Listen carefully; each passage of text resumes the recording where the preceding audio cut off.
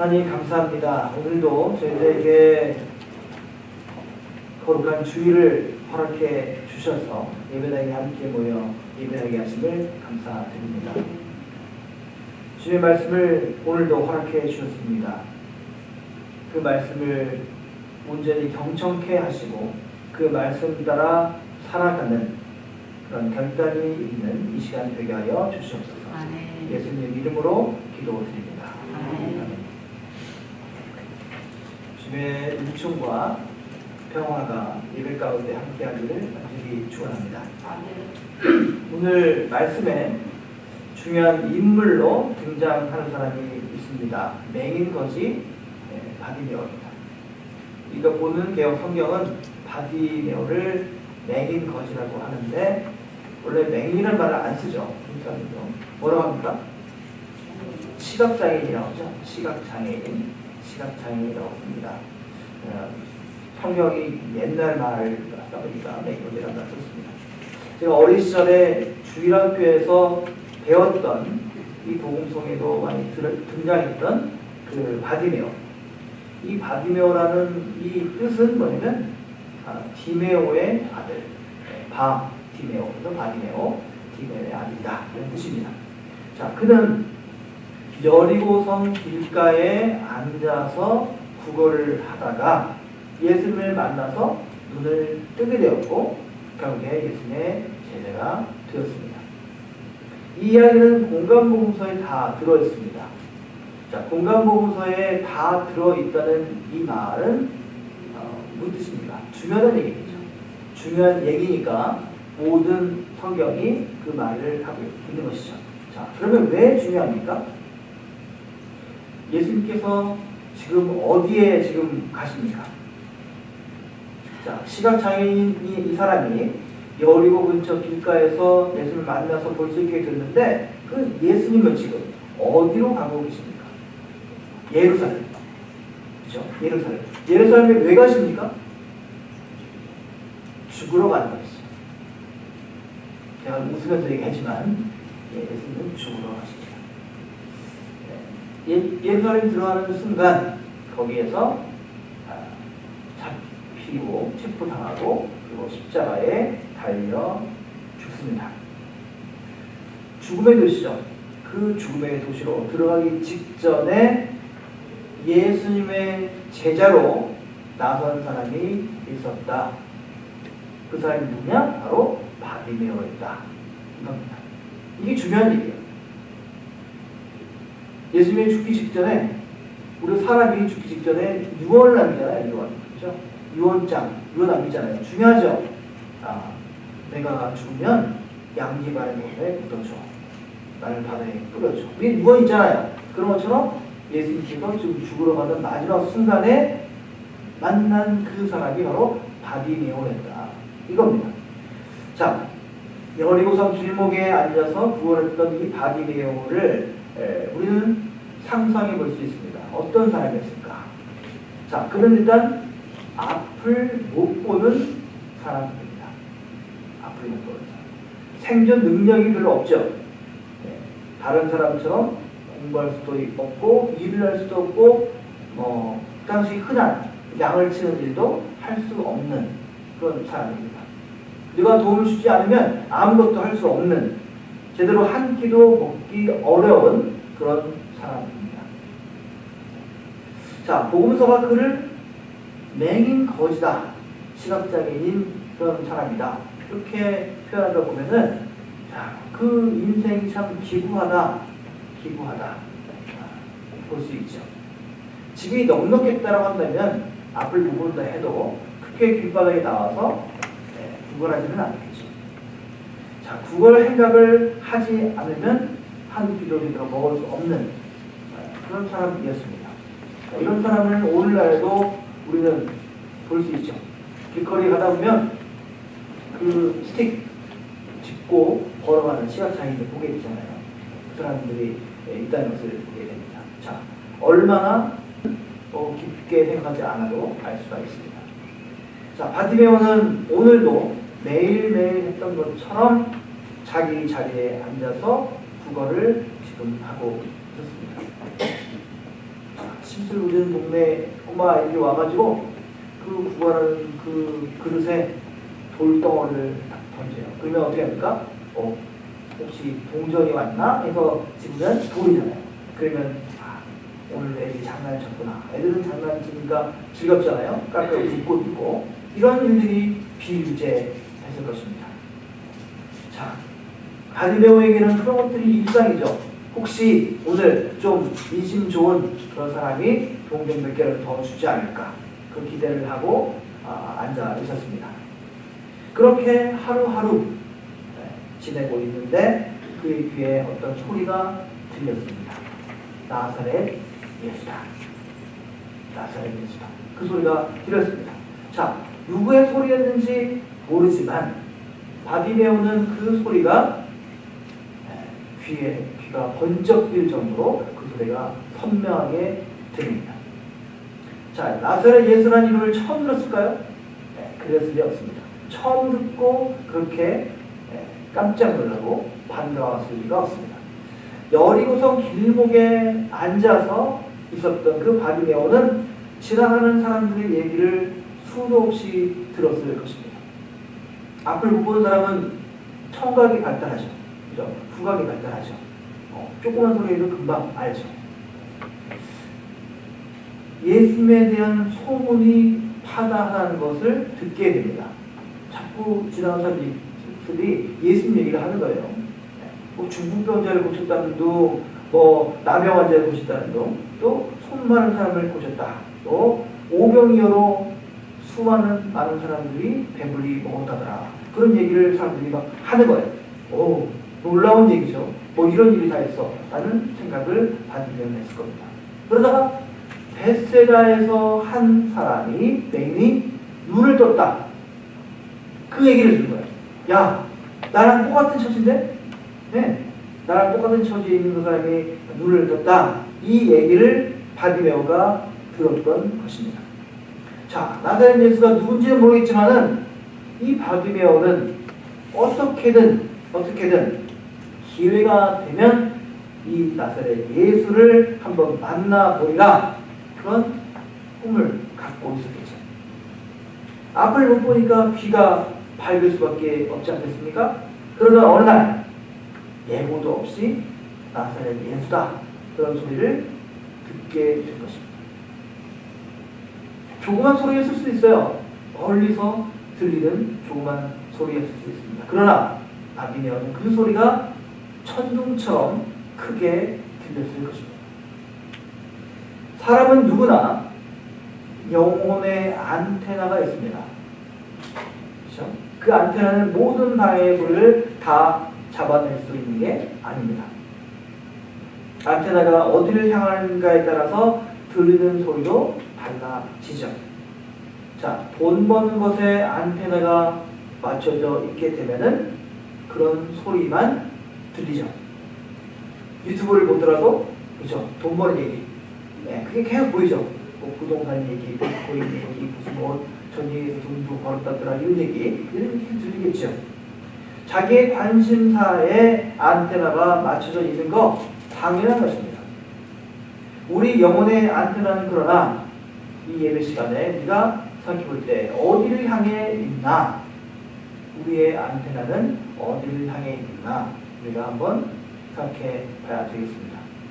생명과 구원의 소리를 향해 하는 거 아닌가? 내가 때로는 돈에, 때로는 명예에, 때로는 건강에 그런 안테나가 맞춰져 있다 할지라도 일주일에 한 번은 예배 시간에 내가 그 안테나를 한 번은 생명과 구원의 안테나에 한번 맞춰야 되는 거 아닌가 생각해 본 것입니다. 우리의 영혼의 안테나가 생명과 구원의 것에 맞춰 있지 않게 되면은 너무나 무디게 되면은 결국에 생명과 구원의 소리를 듣지 못하게 됩니다. 예배 시간에 목사의 설교를 듣는데 소리가 안 들리는 거예요. 전혀 안 들려요. 그런 경우 봐요. 목회를 하다 보면 그런 분들을 많이 만나게 됩니다. 자, 예수님의 제자를 보십시오. 그들은 아무런 준비도 없다가 갑자기 예수님이 오셔가지고 나를 따라라. 네, 알겠습니다. 따라갔을까요? 그럴 리가 없습니다. 그들의 안테나는, 그들의 영혼의 안테나는 진리와 구원에 목말라 있었습니다. 모든 시대에 그랬습니다. 그런 마음이 전혀 없는데 생명의 소리를 그들이 들을 수가 있었을까요? 네, 전혀 아닙니다. 네. 겉으로는 그렇게 보일지 몰라도 자신도 모르게 저 깊은 차원에서 생명을 향한 그런 목마름이 있었기 때문에 예수님께서 나를 따라오너라 했을 때에 다 치우고 따라났던 것입니다. 나사렛 예수야, 그 소리가 들렸을 때에 이 바디메오는 자기의 영혼의 안테나가 움직이는 것을 느꼈습니다. 그 순간의 경험이 어떤 것이었는가요? 여러분 한번 경험 생각해 보십시오. 간절했죠? 자, 그는 눈먼 사람입니다. 눈먼 사람입니다. 눈먼 사람을 고치신다는 그 소문을 들은 그 바디메오, 그 예수가 지금 드디어 내 곁을 이 여리고에 와서 지나가겠구나 이렇게 생각하니까 자, 나에게도 기적이 일어나지 않을까, 나에게도 기적이 일어나지 않을까, 그런 간절함이 있었겠죠. 나사렛 예수가 이 소리를 들었을 때 그는 오로지 한 가지만 생각했습니다. 나에게도 기적을 베푸소서. 그러니 그 사람은 소리를 지를 수밖에 없죠. 네, 소리를 지를 수밖에 없습니다. 다윗의 자손 예수여 나를 불쌍히 여기소서. 제가 이렇게 말했지만 이것보다 10배 크게 얘기했죠. 절규하면서 다윗의 자손 예수여 나를 불쌍히 여기소서 크게 했겠죠. 귀가 떨어지죠. 나에게 기적을 베풀 그 예수님이 어디에 있는지 지금 압니까? 눈이 안 보이는데? 모르죠. 어딘지 모르는데 큰 소리를 쳐서 예수의 귀에 들어가게 해야겠죠. 크게 할 수밖에 없죠. 여기서 다윗의 자손, 이 말은 뭡니까? 구약 성경이 메시아를 가릴 때 사용한 말입니다. 그러니 바디메오는 지금 유대인의 전통에 따라서 예수님을 하나님이 보내신 사자, 메시아로 지금 여기고 그렇게 믿고 불렀던 것입니다. 다윗의 자손 예수야. 예수님을 부르는 그 바디메오는 뭐라고 했습니까? 나를 불쌍히 여기소서 했습니다. 여러분, 메시아 앞에서, 하나님 앞에서 사람이 취해야 될 가장 정확한 태도가 무엇입니까? 바로 나를 불쌍히 여기소서입니다. 저는 기도할 때 첫 단어가 나를 불쌍히 여기소서, 우리 교회를 불쌍히 여기소서, 아무개아무를 불쌍히 여기소서, 그 말이 첫 말입니다. 나를 불쌍히 여기소서. 맹인 거지는 불쌍한 사람이니까 불쌍히 여기달라, 이 말이 뭐 당연하겠지 생각하면 안 됩니다. 바디메오만이 아니라 우리 모두는 불쌍한 사람들입니다. 돈이 없어서, 건강이 나빠서, 운이 없어서 불쌍한 것이 아닙니다. 우리가 모두 피조물이기 때문에 그렇습니다.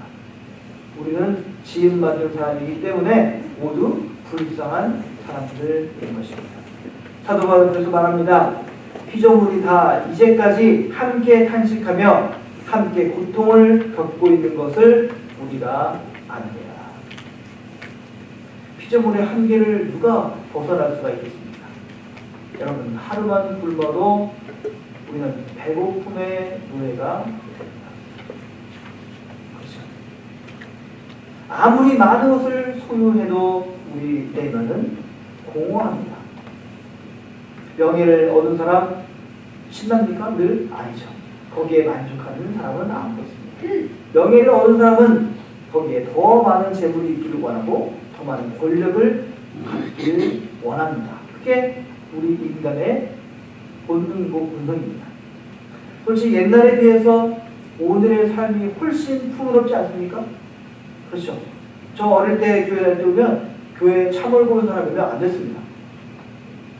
제가 뭐 많이 먹은 사람도 아니지만 교회에 차 몰고 온 사람이 많지 않았어요. 한 10분의 1이나 몰고 다녔나. 근데 지금 차 없는 분 있어요. 좋은 차든 나쁜 차든 뭐든 차를 몰고 와야 교회에 올 수 있잖아요. 그렇죠? 옛날 왕도 우리처럼 살지 못했다. 이런 말을 자주 듣지 않습니까? 옛날 왕보다 우리가 더 잘 살고 있다. 이런 말을 합니다. 그래도 여전히 우리는 만족을 모릅니다. 만족을 모릅니다. 조바심을 내죠. 이것은 우리가 특별히 욕심이 더 많아서라기보다는 우리가 누구나 가지고 있는 피조물의 한계인 것입니다. 배고프면 한 끼를 굶고 두 끼를 굶고 그러면 배고픔의 노예가 되고, 돈이 없으면 돈의 노예가 되고, 건강을 잃으면 건강 노예를 걸리죠. 그렇지 않습니까? 네. 어디 아프다고 누가 말해주면 갑자기 아파요. 안 아프다고. 그렇죠? 아프잖아요. 이상한데? 내가 어디 아픈 것 같다. 그게 우리의 모습 아닙니까? 우리들은 이 바디메오의 외침을 배워야 됩니다. 나를 불쌍히 여기소서. 오늘 우리에게 일어나는 많은 문제들, 무엇 때문에 그런 문제가 일어납니까? 자기가 불쌍한 존재라는 사실을 우리가 깊이 생각하지 않았기 때문에 그런 것이 아닌가 싶습니다. 우리의 소유가 너무나 많아져서 많아짐에도 불구하고 그것을 깨닫지 못하기 때문에 그런 건 아닌가 싶습니다. 차라리 이럴 바에는 바디메오처럼 아예 눈먼 거지가 되는 게 나을지 모릅니다. 그런 방식으로라도 우리 자신이 얼마나 연약한 존재인가를 깨닫는 것이 너무나 잘나서 하나님 앞에 나를 불쌍히 여기서 하는 기도를 잊고 사는 것보다 훨씬 낫습니다. 우리가 병이 생기잖아요. 아프죠. 안타깝죠. 하지만 그 병으로 인해서 하나님을 더 찾게 되면 복된 것입니다. 여러분 재물이 없잖아요. 가난이잖아요. 나쁜 게 아닙니다. 불편하죠 물론. 하지만 그것 때문에 하나님께 더욱 우리가 간구하고 기도하게 되면 그것도 복된 것입니다. 돌맞을 만한 말을 한 것 같아요. 그렇죠? 돌맞을 만한 말. 맞는 말이에요. 여러분이 재물이 넘쳐 흘려서 하나님이 필요 없게 되잖아요. 얼마나 불쌍합니까? 여러분이 건강이 넘쳐서요. 하나님을 찾을 필요가 없어요. 내가. 하나님 필요 없어. 그러면 여러분 좋을 것 같습니까? 아니죠. 그것처럼 불쌍한 게 없습니다. 물론 습관적으로 나는 죄인입니다 하는 방식으로 죄책감에 사로잡히는 뜻이 아닙니다. 우리 예수 믿는 사람들은 마땅히 모든 일에 최선을 다해야 됩니다. 열심히 살아야 됩니다. 무기력하고 무책임하게 살면서 자신의 처지를 합리화하는 것, 그건 병든 신앙이죠. 좋은 게 아닙니다. 문제는 신앙인이면서도 영적인 차원을 바라보지를 못하고 자신이 그동안 쌓아놓은 업적만을 바라보면서 거기에 도취되어서 내가 무엇을 기도할지 모른다? 그건 참 불행한 것입니다. 기도를 잊어버리고 사는 것이죠. 예루살렘을 목전에 둔 그 예수님을 향해서 바디메오가 외칩니다. 다윗의 자손 예수여 나를 불쌍히 여기소서. 그렇게 외친 바디메오는 지금 예수님의 제자들보다 훨씬 예수님을 잘 이해하는 그런 사람이 되었습니다. 이 사건이 예루살렘에 들어가는 이 사건이 바로 직전에 이 사건이 공간보호서에다 기록된 까닭은 이게 얼마나 중요한가 말씀드렸죠. 그렇죠. 예수님의 제자들은 예수님을 계속 따라했던 사람입니다. 밤낮으로 얘기를 듣고. 그런데 그들보다 바디메오가 오히려 예수님을 더 잘 알았다는 것입니다. 이게 중요했기 때문에 성경에 기록된 것입니다. 많은 사람들이 거기 있었습니다. 구름대처럼 많이 모였습니다. 예수님에 대한 소문이 있었으니까. 그러나 바디메오의 영적 체험이 무엇인가를 그들은 몰랐습니다.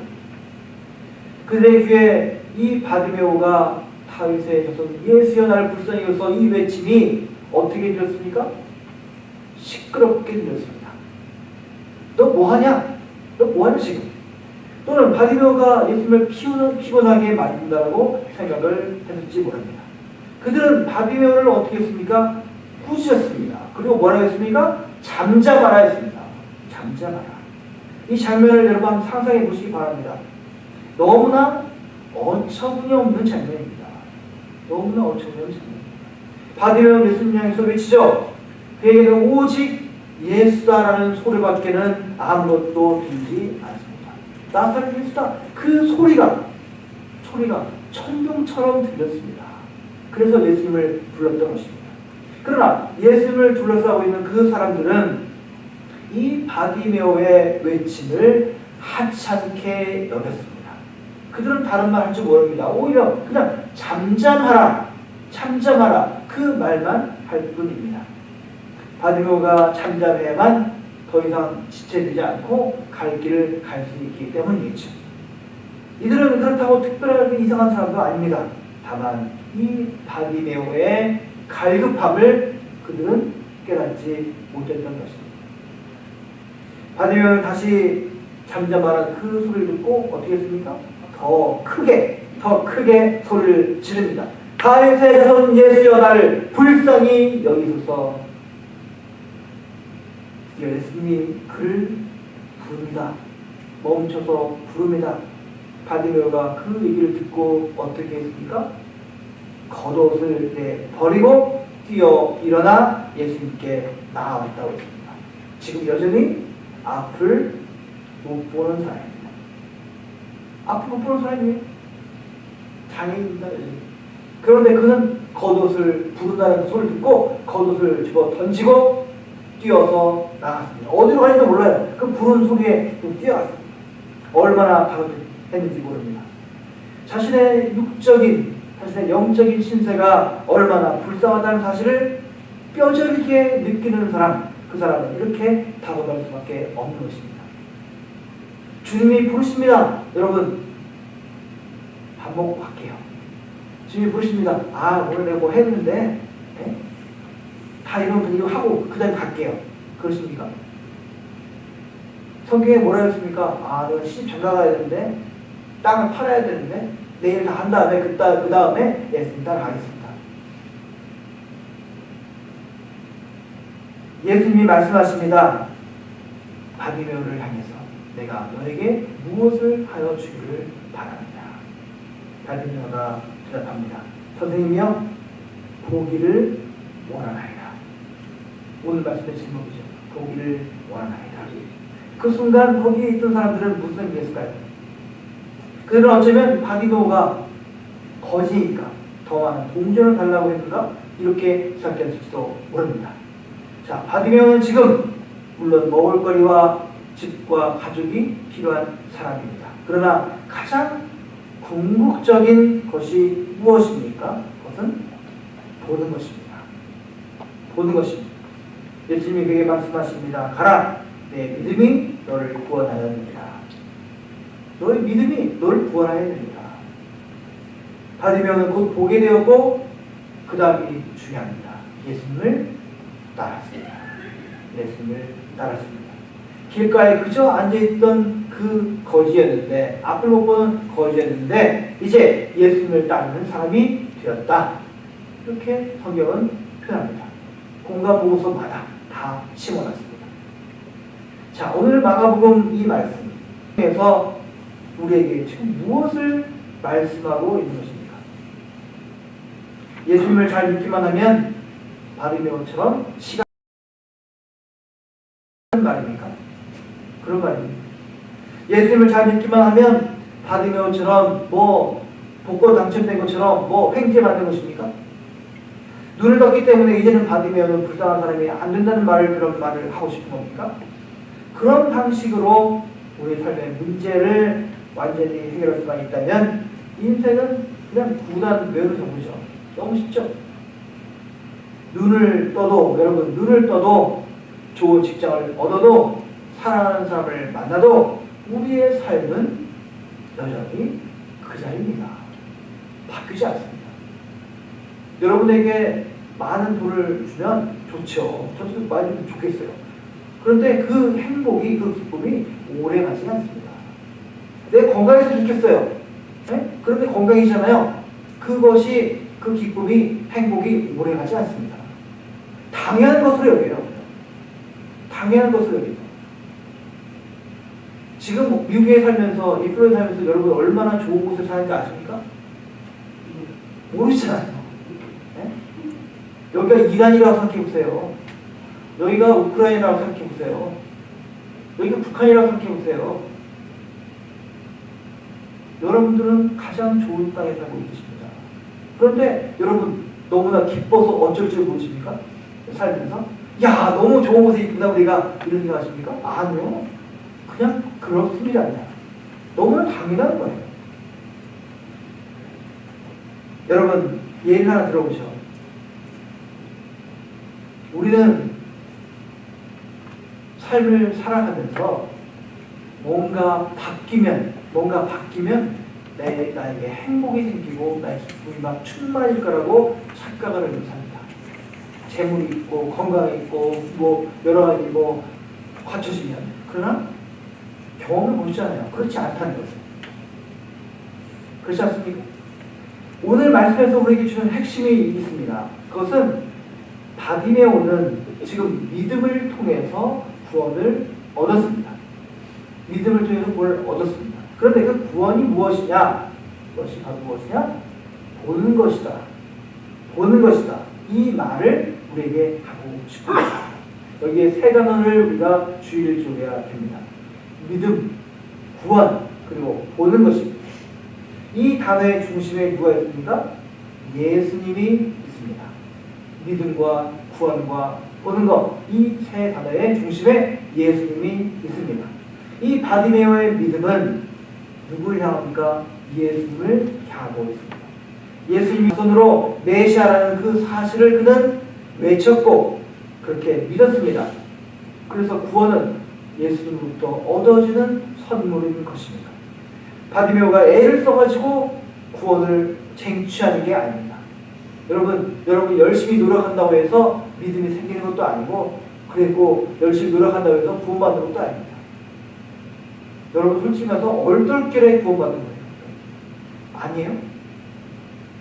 나도 모르는 사이에 주님의 은혜로 구원받는 것입니다.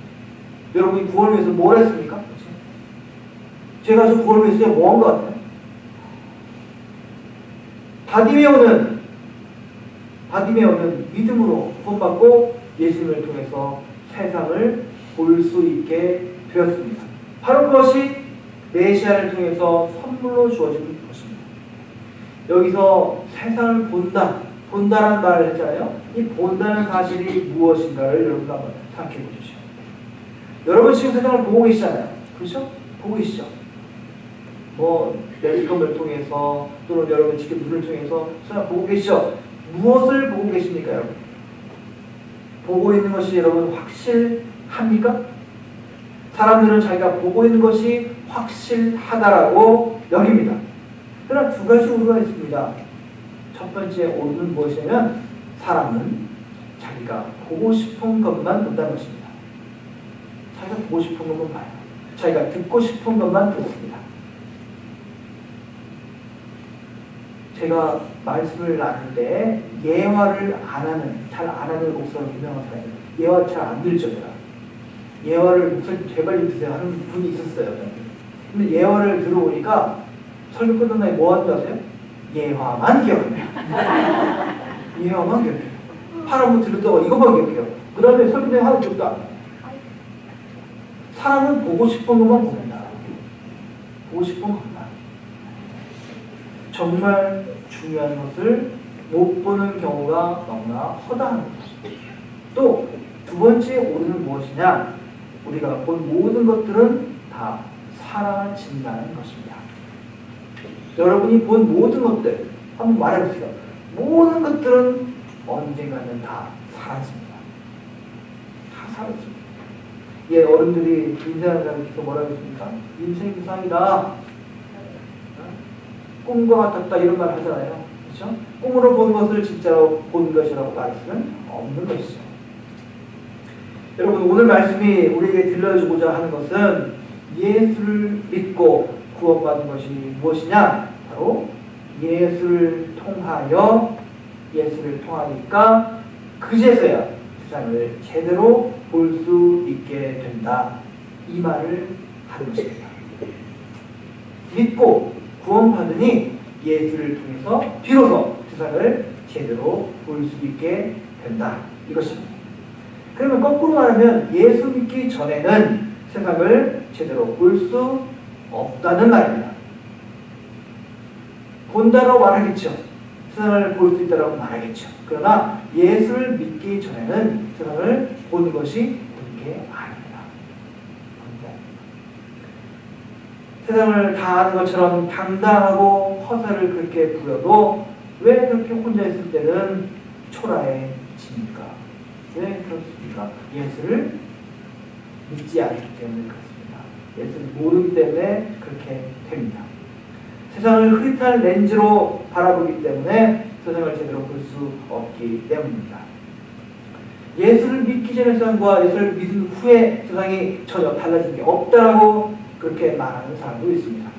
여전히 밥을 먹어야 되고 돈을 벌어야 되죠. 여전히 부부싸움도 합니다. 이 문제는 메시아이신 예수님이 오시기 전과 오신 이후의 세상이 별로 달라진 것이 없는 그런 논리와 비슷합니다. 예수님이 오셔도 여전히 전쟁이 있고, 그렇죠? 아픔이 있고, 고난이 있고, 배고픔이 있고, 똑같죠? 예수님이 오셨는데도 이 세상은 여전히 악하고, 여전히 싸우고, 무지한 사람들이 고난을 당합니다. 달라진 것이 하나도 없는 것처럼 보이죠? 그러나 정말 그렇습니까? 묻고 싶습니다. 여러분 잘 알죠? 어느 날 사랑에 빠진 한 사람이 있습니다. 너무나 간절히 그 사람을 사랑합니다. 그에게 세상이 달라졌냐? 물어보면 뭐라고 말합니까? 세상이 달라졌다고 하죠. 왜 달라집니까? 사랑의 힘으로 눈이 바뀐 겁니다. 눈이 삔 게 아니라 사랑에 의해서 눈이 바뀐 겁니다. 눈이 바뀐 거예요. 남에게 구걸하며 살다가 예수님을 따라서게 된 이 바디메오처럼 우리는 예수님을 통해서 사랑의 실체를 새롭게 보게 된 사람들인 것입니다. 우리는 더 이상 이 세상 사람들이 입으로 실어 나르는 그 소문으로 듣는 것이 아니라 이제는 비로소 하나님께서 우리에게 열어주시는 그 눈으로 보게 된 사람들인 것입니다. 하나님께서 우리의 눈을 열어주신 것이죠. 바디메오의 눈을 여신 것처럼 우리의 눈을 열어주신 겁니다. 이제 우리에게 꽃으로 활짝 피게 될 그 순간을 기다리는 꽃봉오리와 같은 것입니다. 꽃봉오리는 꽃이 아닌 것처럼 보이지만 그 꽃은 언젠가는 종말의 날에는 활짝 필 것입니다. 부활의 생명이 바로 우리 앞에 놓여있기 때문입니다. 얼마나 놀라운 일이고 얼마나 설레는 일입니까? 이 모든 일의 중심에 십자가로 인해서 고난당하시고 돌아가셨다가 부활하신 예수님이 계십니다. 주님이 어떤 분이시라는 것을 여러분 지금까지는 예배를 통해서 또는 목사의 설교를 통해서 책을 통해서 귀로만 들으셨지만 여러분 앞으로 살아갈 한 주간의 삶이 그 삶의 예배가 여러분의 눈을 활짝 열어서 주님을 만나시는 은혜가 있기를 바랍니다. 그러니까 길가에 그저 앉아서 불쌍한 내 신세를 한탄만 하는 것이 아니라 이 바디메오처럼 이제는 겉옷을 내던지고 예수님을 따라서 당당하게 그 길을 따라 나서는 저와 여러분 모두가 되기를 간절히 바랍니다. 이렇게 기도하겠습니다.